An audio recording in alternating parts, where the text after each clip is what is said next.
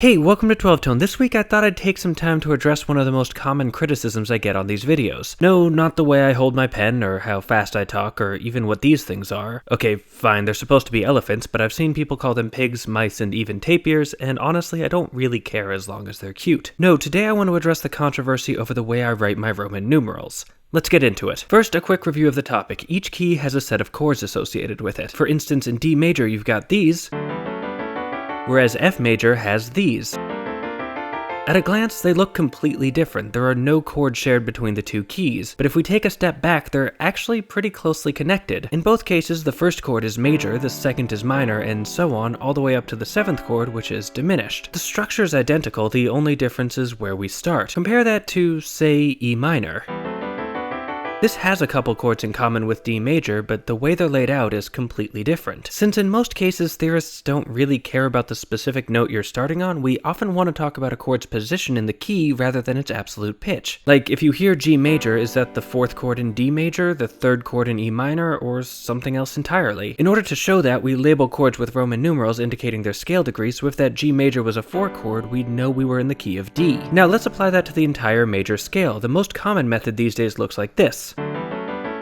The major triads get uppercase numerals, while the minor chords get lowercase ones. If you studied at a conservatory, this is probably the method you're most familiar with, but it's not the one I use. Instead, I'd write it like this, where all the numerals are uppercase and the minor chords are just marked like normal chord symbols. So if I know this isn't what my audience is used to, why do it? Well, the obvious answer is that it's just the method I learned first, but if that were the whole reason, I wouldn't have bothered to make this video. Before I get into the rest of it though, let's take a look at the history of Roman numerals in music. As far as I can tell, the first person to use Roman numerals to represent chord functions was an Irish composer named John Tridell, whose 1766 essay on music probably used them to describe what he called harmonical figures, although I couldn't find the original manuscript, and some sources claim that he originally used Arabic numerals, not Roman ones. Still, his ideas gained a lot of traction when his essay was used as the entry for music in the original edition of the Encyclopedia Britannica in 1771. Without being able to read the actual essay, I can't say for sure how he used them, but the reviews I could find indicate that his contributions were largely forgotten for a long time, and probably weren't the direct ancestors of modern practices. Still though, it's always good to know who came first. This brings us to our next figure, a German composer and theorist named Georg Joseph Vogler. Vogler is an interesting figure to research because he seems to have a small but dedicated fan base, and most of the things I could find about him were written in adoring tones more reminiscent of a pop star than an 18th century theorist. Even his Wikipedia page boasts of, quote, a long and colorful career extending over many more nations and decades than was usual at the time. Anyway, Vogler was an eccentric and controversial figure, drawing the ire of contemporaries, including a little-known composer by the name of Ludwig Amadeus Mozart. Vogler existed at an interesting time in the history of music theory, where harmonic analysis was beginning to take center stage. Prior to that, the prevailing wisdom was that music came primarily from the overlapping of melodies, and that analysis should focus on the structures and movements of those melodies. That's a bit of an oversimplification, but this is a really complex topic that could be a whole video on its own, so for now the important point is that theorists were starting to look more at the idea of chord functions in harmony, and while Vogler didn't start this trend, his work fit into it well. His goal was to understand not just what the chords were, but what they were doing, and in order to do that, he needed a way to differentiate between the same chord played in different keys. His solution was to mark them with Roman numerals, and in his work all the numerals seemed to be uppercase. So I win, right? After all, my system came first. Well, not quite. Vogler's system didn't actually include chord quality at all. It always accompanied the written work, so he didn't need to duplicate that information. Besides, if you're in a major key and you see a 3 chord, you probably know the structure of the scale well enough to know it's supposed to be minor anyway. He also didn't bother including the actual key, at least not as far as I can tell. When a piece changed keys, he'd just switch his numerals to match and assume you were following. Again, this worked because it accompanied the actual piece, so if you saw that a new chord was now the 1 chord, you'd be able to figure out what happened. Not ideal, but good enough for Vogler's purposes. And finally, we come to the person who is generally considered the actual father of Roman numeral analysis, another German theorist, Gottfried Weber. His most influential work, whose name translates as Theory of Musical Composition, is a long and thorough text describing everything you might want to know about early 19th century harmonic ideas, and it features what appears to be the first recognizably modern system of Roman numeral analysis. He advocates for the use of key markers to show which key the chord is functioning in, and he includes ways of differentiating between different chord qualities. The entire thing is actually really fun to read, and I've linked to it in the description, but let's get to the big reveal. How does he write his minor chords? Drumroll please.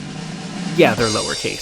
So y'all win, right? This is the dude who basically invented the modern system, and he says I'm wrong. Case closed. Well, not so fast. Just because it's what they did then doesn't mean it's still the right decision now. I mean, the staff used to have 4 lines, note heads used to look like this, and D sharp didn't used to exist. Musical notation has lost a lot of the idiosyncrasies of the past because they weren't actually good or helpful, they were just the first things we came up with, and I think that's the case here. So why? Well, let's start by looking at the benefits of the lowercase system. Besides just being a legacy, I think it has one main strength: speed. If you're only dealing with major and minor chords, then using this system lets you write them faster and read them more easily. This, I think, is why Weber preferred it. He included some symbols for when the chords were diminished or included a 7th, but most of what he needed to describe was just major and minor triads. But that's not really the case anymore. A lot of music, especially in more complex genres like jazz and modern classical, features much weirder chords. In this case, the process is still simple. You just take the chord symbol and replace the note with a Roman numeral showing its position in the scale. If it's augmented, you write that. If it's a sus chord, you write that. Any information that would be in the chord symbol gets replicated exactly the same way in the Roman numeral, except for one piece. For some reason, the status of the 3rd degree is shown completely differently. It's unnecessary, it's confusing, and it doesn't actually make anything clearer, it just adds another thing you have to learn. That's why I prefer my method. It's consistent, and when it comes to notation, consistency is really,